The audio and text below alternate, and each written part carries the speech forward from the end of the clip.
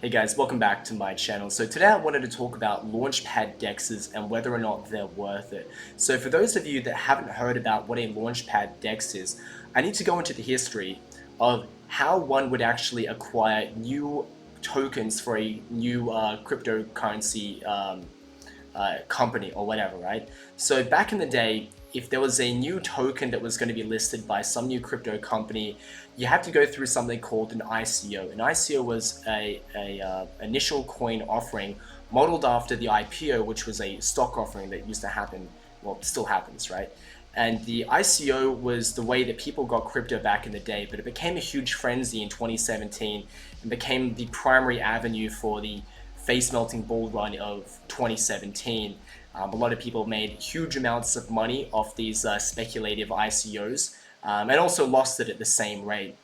But how it worked was you was a website. One was called Coinbee, and there was a few others. Maybe there was some YouTube influencers shilling certain ICOs, and you go there and it would list all the different crypto companies that were about to do an initial coin offering, and you go to those websites and then you would sign up. You go into like a whitelist or something. You provide your email. Maybe you have to do some KYC. You express your interest, and then if you were lucky, you go into a lottery where like a few people would be selected, and then if you were selected, then you had to deposit a certain amount of money with this company, and then they would guarantee you like a certain amount of tokens when the tokens were finally released. And that was how you got your tokens. It was a fairly cumbersome process, and this is what led to the evolution of the next thing, which is IEOs, which was an initial exchange offering. Whereas this whole process, which used to take place on these random websites and it was just done by random people, it then went on to exchanges, initial exchange offering, where exchanges were the ones that provided this service. They kind of provided it as a third party. Companies would come to them, say, hey, can you release a token for us? And the exchange would be the ones to say to their customers, hey, like we're releasing this token on this day. You can simply, get it from here, right? Then the next evolution after that was something called IDOs, and this is the iteration that we're in now, where you could do the same thing as with what you were doing on these IEOs, but now you can do it on a DEX, on a decentralized exchange, and that's what an IDO is, initial DEX offering. So you can get these new tokens on DEXs, and that's how you get these new tokens. And it would frequently it's come in the form of something called an airdrop, and an airdrop is when when a company or a token or frequently a DEX, when they want to release a new token of theirs out to the public, and they want to make it fair. They don't want a bunch of pre-sales that will, where one particular entity owns too much of a token. What they'll do is they'll airdrop it somewhat randomly to a bunch of people who have had access and use that platform. So Uniswap is a good example where everyone that had interacted with the platform prior to a certain date was allotted a certain amount of Uniswap token, and that was how people gained access to this new token, right? So since then, this concept has become a bit of a business with this new thing that's come out called Launchpad DEXs. And the thing is with these Launchpad DEXs, they came out around the same time as the IDO, and they've just streamlined the process to make all of these offerings happen in one place. But the catch was that if you wanted to participate in these initial in these IDOs and get these airdrops, you had to purchase a token from them, stake it on the platform, and that would give you the ability to participate in these IDOs, and then they would airdrop these things to you. So let me get into the bread and potatoes. I'm going to show you some examples of what these are. So I would say one of the most popular ones, at least back in 2021, was one called PokerStarter. Let me get out of the way here. Oops, not this one.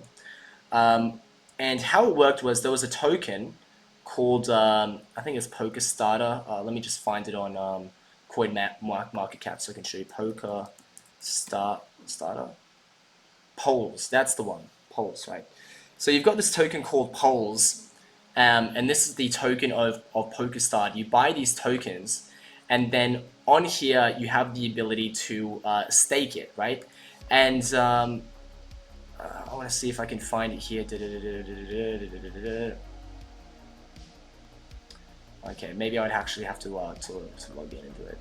Alright, but as you can see, you stake your polls, and there would be a tier system where it's like if you staked 100 polls, 100 of these tokens, then it would allow you to get like, it was like you get a percentage chance that you'd win in the lottery, right? So maybe it's like a 15% chance that you win the next token that comes out. So you'd register your interest in a particular token that was coming out on this platform, and then if you only put in 100 tokens, you might only have a 15% chance of winning, and you might only get like, 100 tokens of that particular thing, right? But if you stake 10,000 tokens, then your chances go up to 50%, and you'll get like, I don't know, 10,000 tokens worth or something like that, right? I'm paraphrasing, but that's generally how it works. It's a pay-to-play game where if you invest in PokerStarter's platform, you buy their token, then you'll have access to their initial DEX offerings, and we can win the token.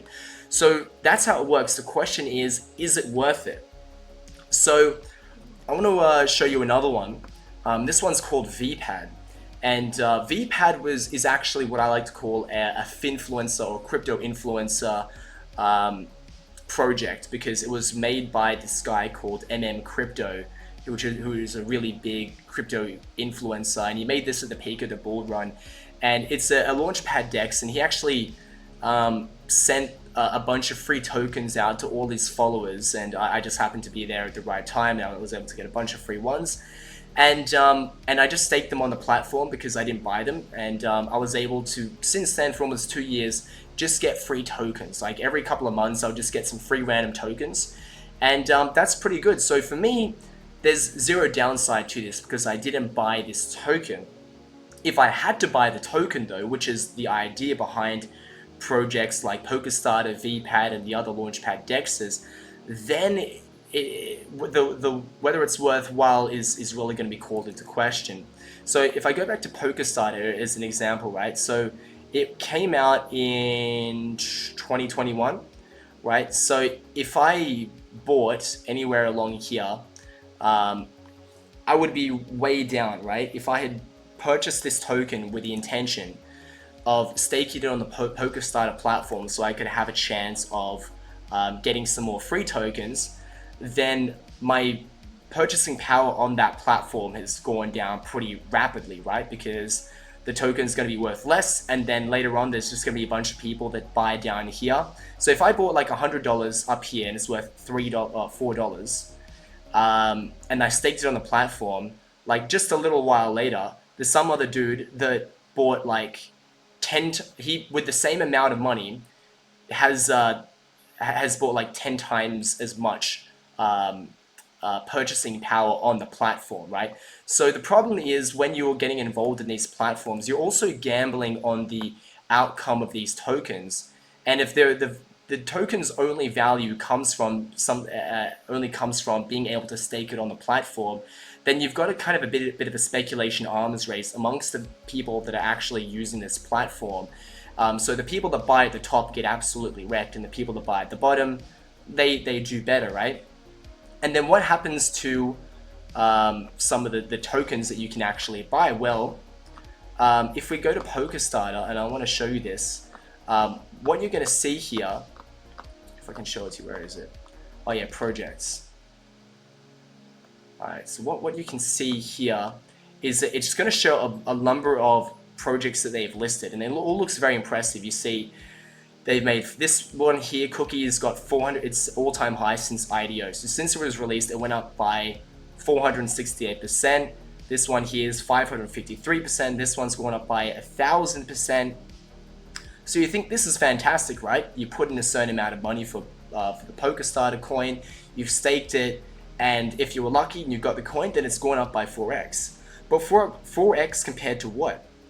So if they just released it on the market, what's its market cap? If it hasn't got a single buy or sell order, how is it even measured, right? So if I go type in Cookie here, let's see, let's look at the price of Cookie. And so they say it's gone up, what, 4x? 4.5x. All right. Now, granted, like they don't have all the data before this, because it was definitely trading before this time period here. But regardless, if it's trading, like if there are no buy and sell orders, then the market cap is zero. If it's never been bought or sold at all because it's brand new, then it's got a market cap of zero.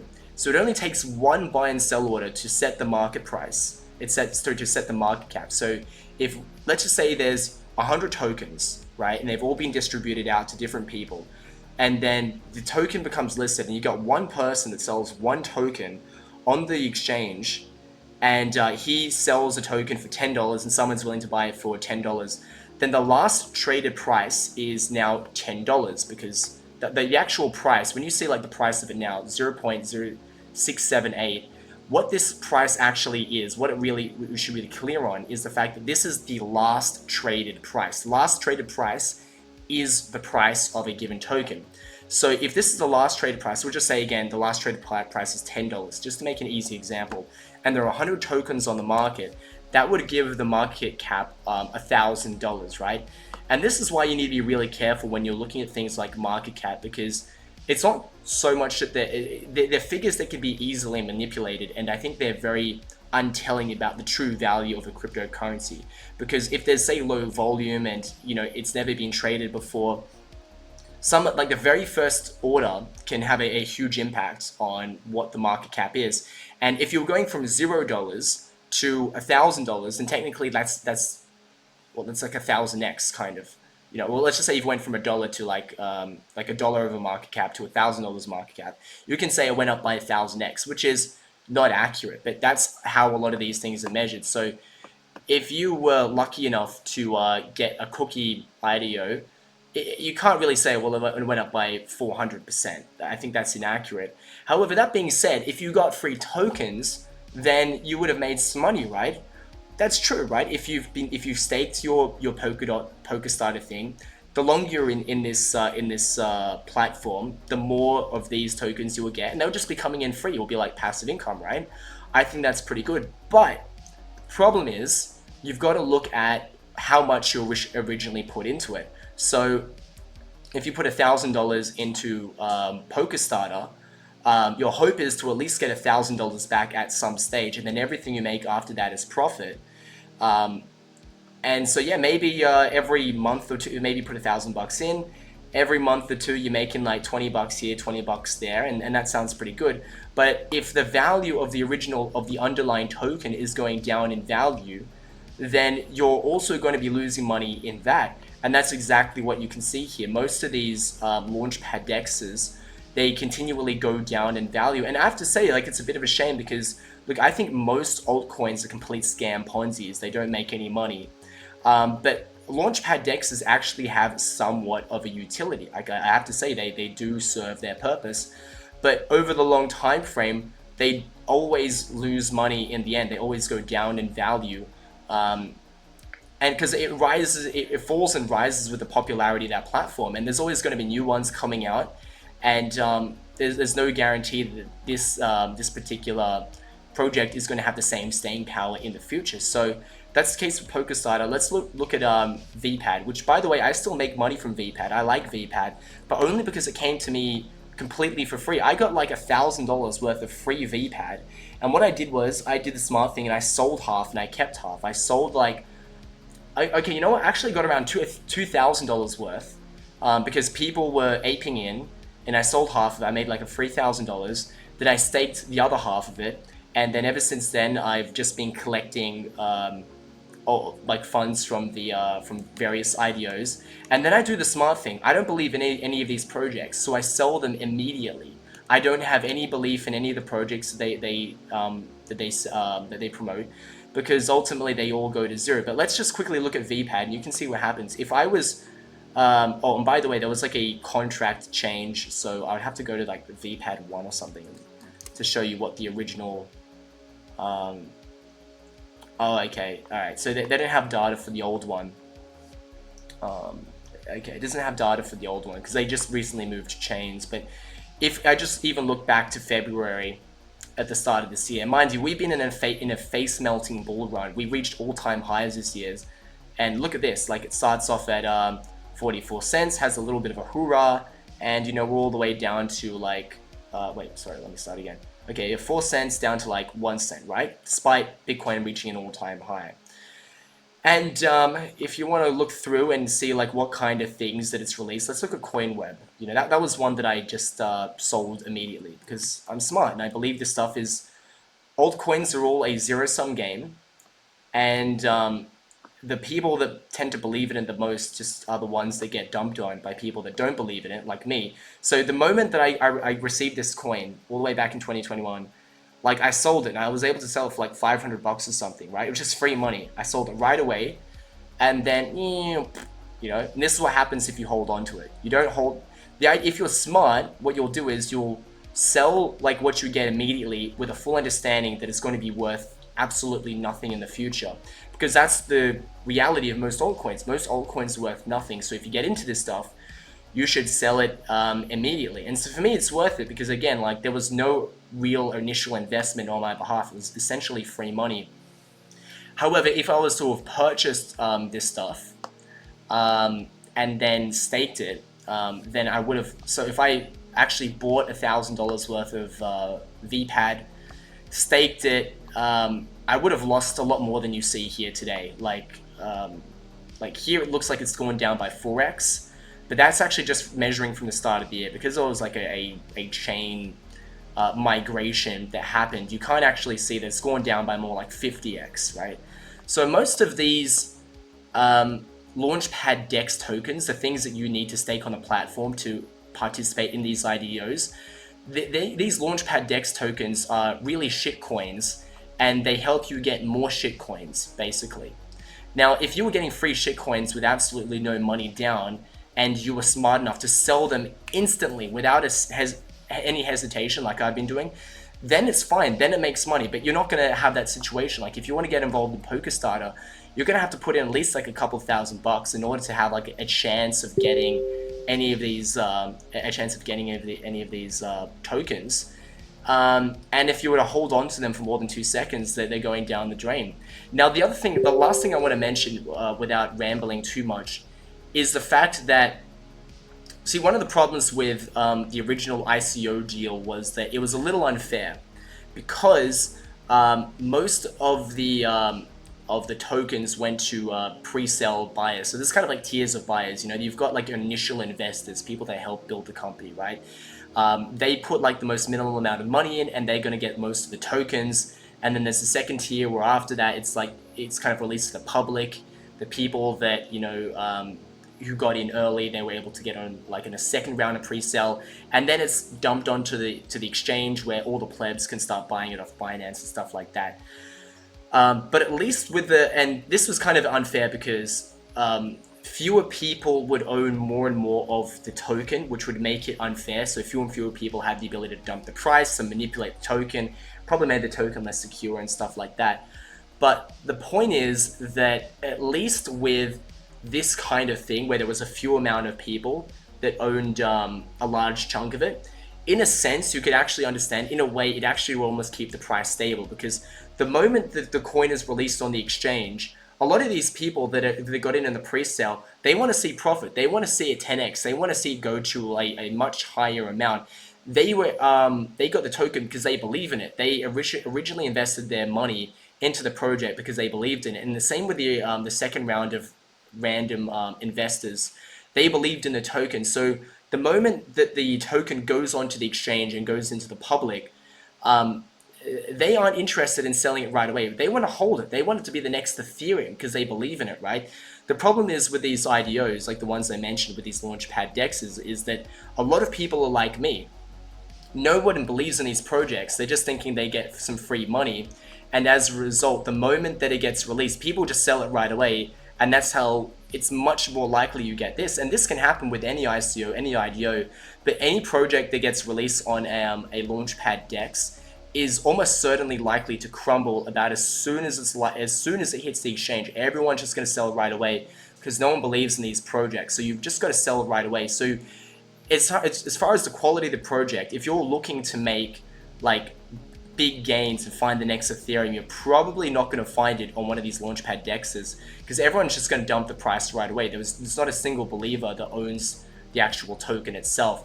So in conclusion, without making the video too long, I don't recommend Launchpad DEXs, because you're going to have to invest in a shitcoin that is going to go down in value over time. You have to stake it on there. You might have to even coin lock it. So you, in addition to it going down in value, you might not be able to get back those tokens for a week, a month, a year, depending on how long you've locked it in there for.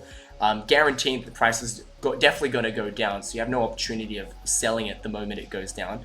And secondly, you're doing it all so you can get some even shittier tokens that you have to sell the moment that it becomes public. And even then, they're worth so little because there's no like real believers on the team. No one wants to hold it, so you can't even really sell it for that much. Like I've been doing this stuff for a while, and I'm happy because I didn't put any original investment in. But for the most part, like I'll get like I'll be lucky to get like $20 like every couple of months from VPad, right? Because everyone's got the same kind of game plan as me. So yeah, I don't really recommend it. By the way, if you like these videos, before I sign off, make sure to subscribe to my channel, and you can use my referral links in the description down below to some of the recommended peer-to-peer cryptocurrency exchanges that I personally use. These are ones where you don't have to use any KYC to sign up, and these are ones that are non-custodial. That means your funds are not stored on the exchange. So if there's ever a situation like an FTX or some crap like that, you aren't going to lose all your funds in a big public inferno. So make sure to use my referral link in the description down below if you're interested in that, and I'll see you in the next video. See you later.